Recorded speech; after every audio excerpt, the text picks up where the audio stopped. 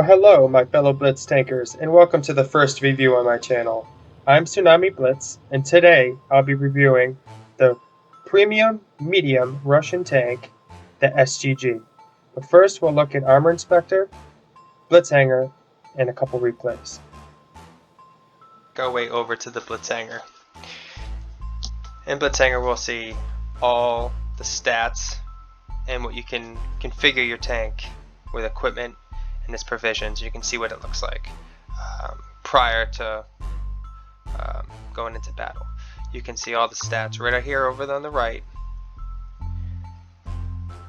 Now, what I go with is condensed milk, improved fuel, which gives me a little bit more speed, and extra combat rations. Gives you a little bit better view range. Now, for my equipment, I run gun rammer. Now, this can be argued to use calibrated shells to give that little extra pen. Kind of guarantees the pen a little bit more often than when using gun rammer. But I prefer to use the gun rammer. It gives you a little quicker reload, about a second reload faster. Now, for its other equipment, I use improved modules, or you can actually use either or. Defense system I prefer to use. Now for this, I chose improved optics. I like to have the extra view range, but since this tank has a low profile, low silhouette, you can get away with using camouflage net, but I prefer the view range because it's more of a sniping tank. Now, you can argue for these two here as well. Enhanced gun laying drive, you can get that extra aim time. I like that extra snap from a distance. That extra half second aim time really does help. But supercharging gets you that extra velocity right here. Gives you, because the velocity isn't that great, but its penetration loss over distance isn't that bad. So, but I choose enhanced gun laying drive for that little extra snap. Now, for this, you can argue enhanced armor, which gives you a little boost in armor, which I prefer because the turret's amazing, gives a little extra armor protection. Or you can do improved assembly, which gives you a little bit extra hit points. But I choose enhanced armor. The 86 hit points is insignificant to me. Now for these two, improved control gives you a little better hull turn time, but I prefer engine accelerator because it gives you a little bit of everything. It gives you a little hull turn increase, a little bit of engine increase, a little aim time increase, I believe, and it's just better than that. Most people choose engine accelerator. Now, for this, you can choose either or. I like the refined gun, and it gives you a little bit extra better accuracy over the distance, a little less shell drop and less shell dispersion and scatteredness of your shot from a distance over 100 meters. Or you can choose vertical stabilizer. I don't see the huge improvement in vertical stabilizer. I prefer, if I'm shooting from a distance, I prefer using the refined gun. Now these are optional. You don't have to unlock these, but if you did buy the bundle in the store, you can get it either with the equipment unlocked, or you can get it without the equipment unlocked, and you can purchase these yourself. These optional. Enhanced tracks just gives you a quicker track repair time. Toolbox gives you a quicker module repair time. And these, it just gives you a better consumable timing. Like you can either get 30% increase or a quicker reload time of your consumables.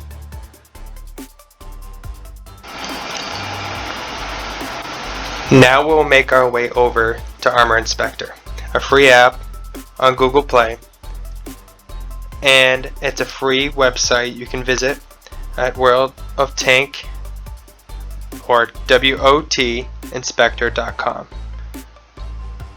Now, looking at the STG, its most comparable tank is the T-54 Mod 1 first prototype. A similar gun, similar hull, similar turret armor. Has a pretty strong turret. Now if I swap it over, you can see very strong turret. The difference is the T-54 has a very strong hull. Even against APCR, very strong. The lower plate weak, but it's very low, so it's very hard to hit it. Easily pinnable, the lower plate, but if they were to angle and hide the side, which is very weak, and they just showed their front hull, bounces every time. Now, they would have to have their turret like this.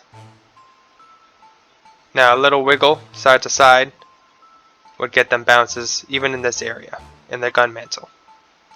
Now, we'll switch back to the STG. Now, in a hold down position, this tank is very strong.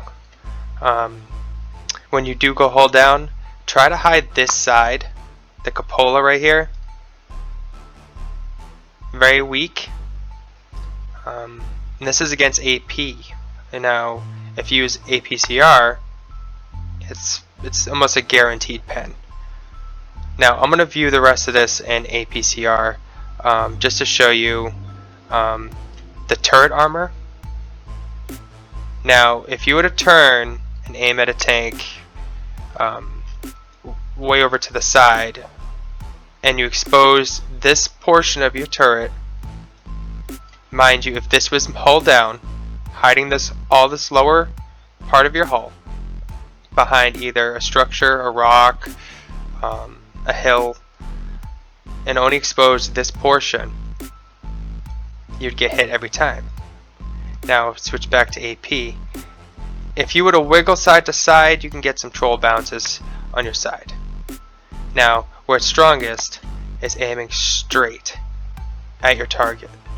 Now, being aware on the map of possible flanking enemies coming from your sides, because they will aim right at your sides of your turret and at your hull.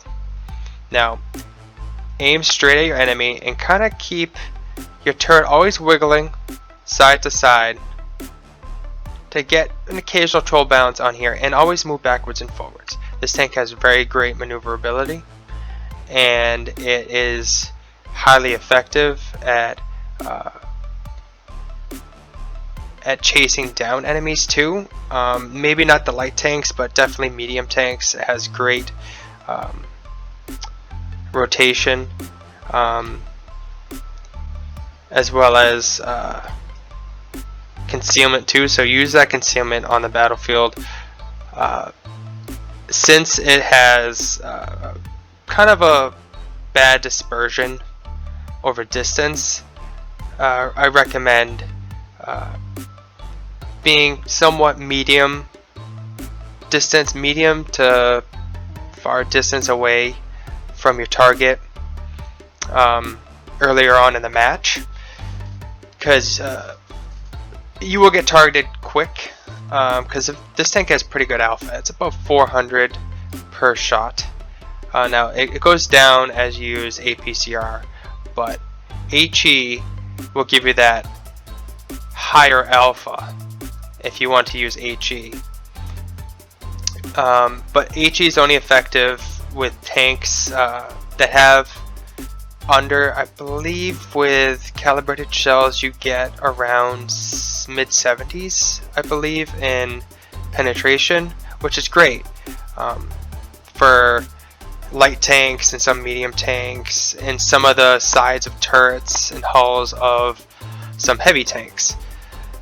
But with tracks, possibility of hitting enemy tracks, it's kind of sketchy to use HE on the sides of heavies. But turrets, definitely. If you see a heavy tank that has weak sides or rear of their turret, and you don't have a good shot on the rear hull of the tank, especially American tanks. Go for that weak spot on the turrets, especially if it's flat. You can get a pretty much a guaranteed pen.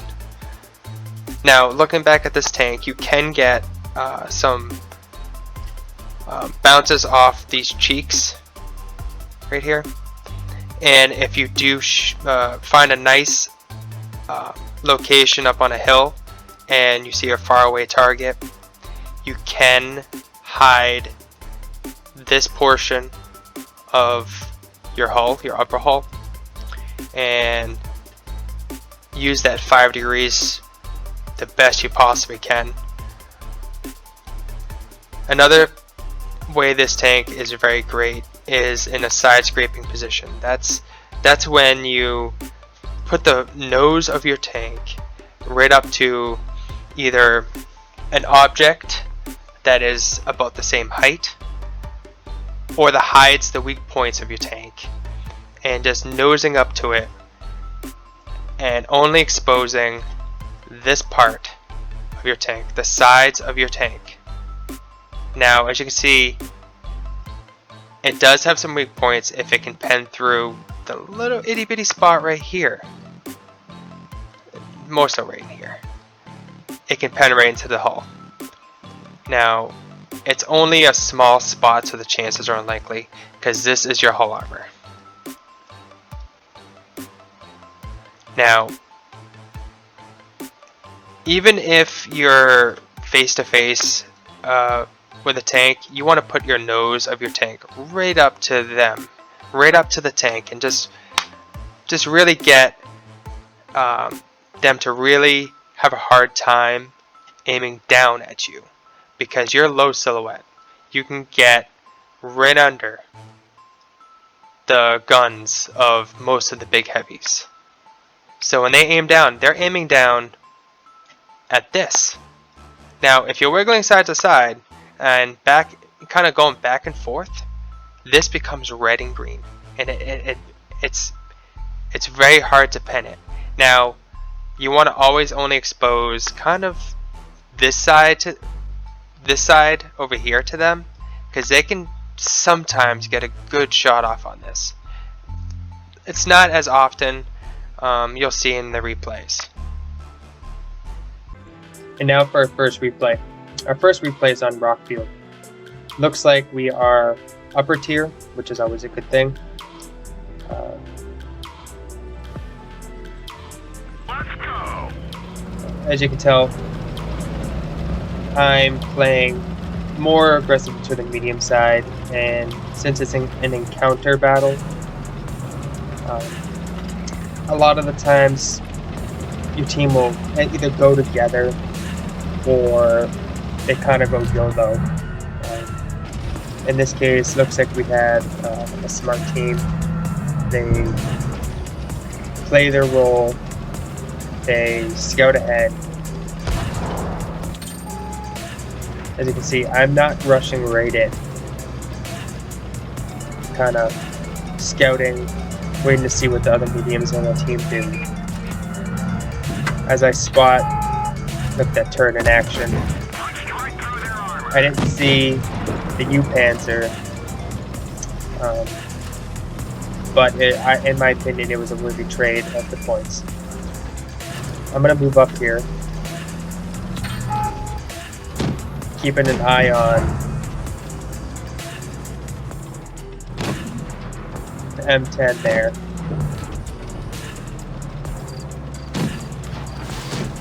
And kind of YOLO'd right into the team. Not sure what it was thinking. Didn't really need me. But playing aggressive gets the job done. See, I'm kind of moving ahead, but I'm not rushing too far ahead because there were enemies in that area. I didn't mean to fall down there, but I figured, hey, I see a few tanks up here. The team needs it. Needs me in this area. But as you can see, I'm not just focusing one target. In this case, I am, but I'm keeping an eye at all other targets around me, not just focusing in on just the one. As you see, I move forward, but keep my hold down position. Pop a shot off from the Black Prince for 400. As you can see, I'm not going for the cap. Don't go for caps. Cap is in encounter battles is a last-ditch effort. This is where the mobility really shines right here.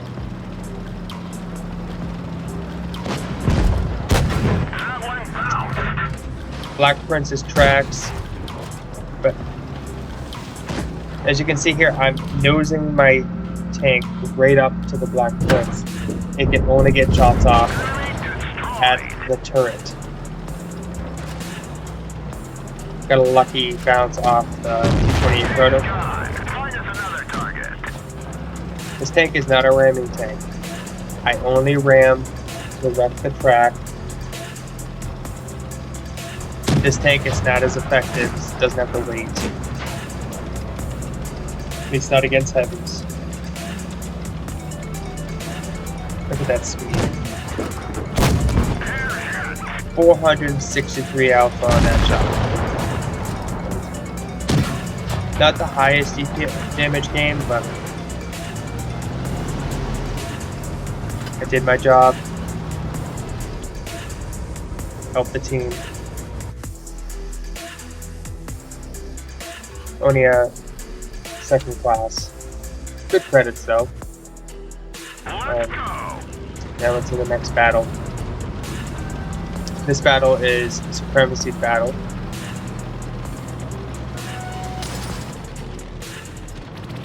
And I was expecting the LTPB to go down and take a... I don't know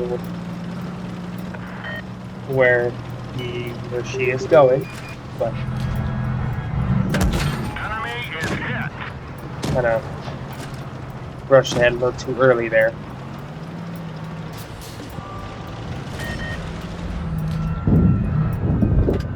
Yeah, that was a quick death for him. Quick trip back to the garage. Now, as you can see, I'm still hull down here. I'm able to get off a nice shot. The turret is the only thing exposed at this point. And notice how I keep moving. The cupola is still a weak point.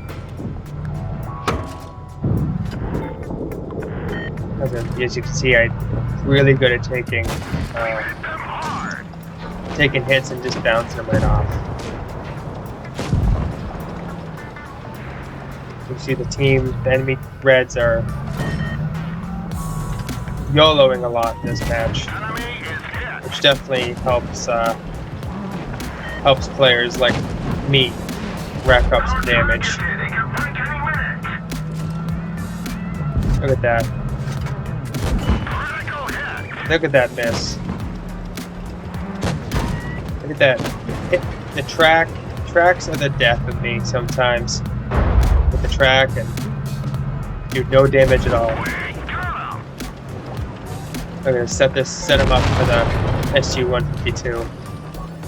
Always be a team player. Don't go farming for damage. Just because you have missions that require getting damage or getting kills doesn't mean to go YOLOing for kills. Look how I pinned him right up against the wall. Direct hit to the lower plate. Love the low slow of this tank. It gives you the ability to hit the lower plate a lot easier despite the 5 degrees of thunder pressure on this thing.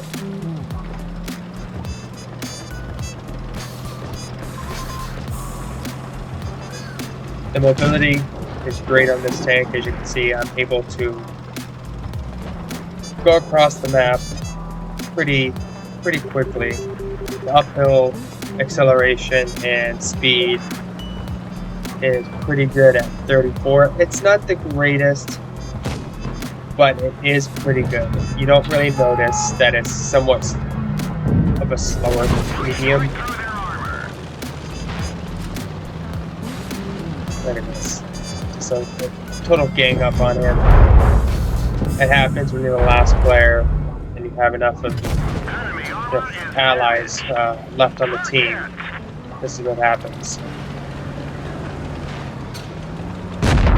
Look at this. When you load APCR, just right through the front plate. Now, here, for some reason, I thought HE would finish him off.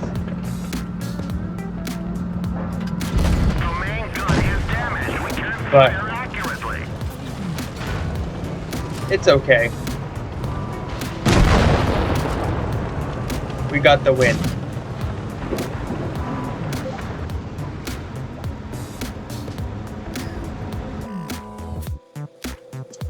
Another second class, 4,000 damage, 1,100 experience, 12 shots fired, all shots penetrated. As you can see, I got damage off on at least 6 of the 7, and a total of 4,000 damage. Credits were very good credits. As you can see, I got a total of 106. I did have a booster on for 10,000. That is it for this video. Thanks for watching. Hope you found it informative. And stay tuned every week as I post new videos weekly.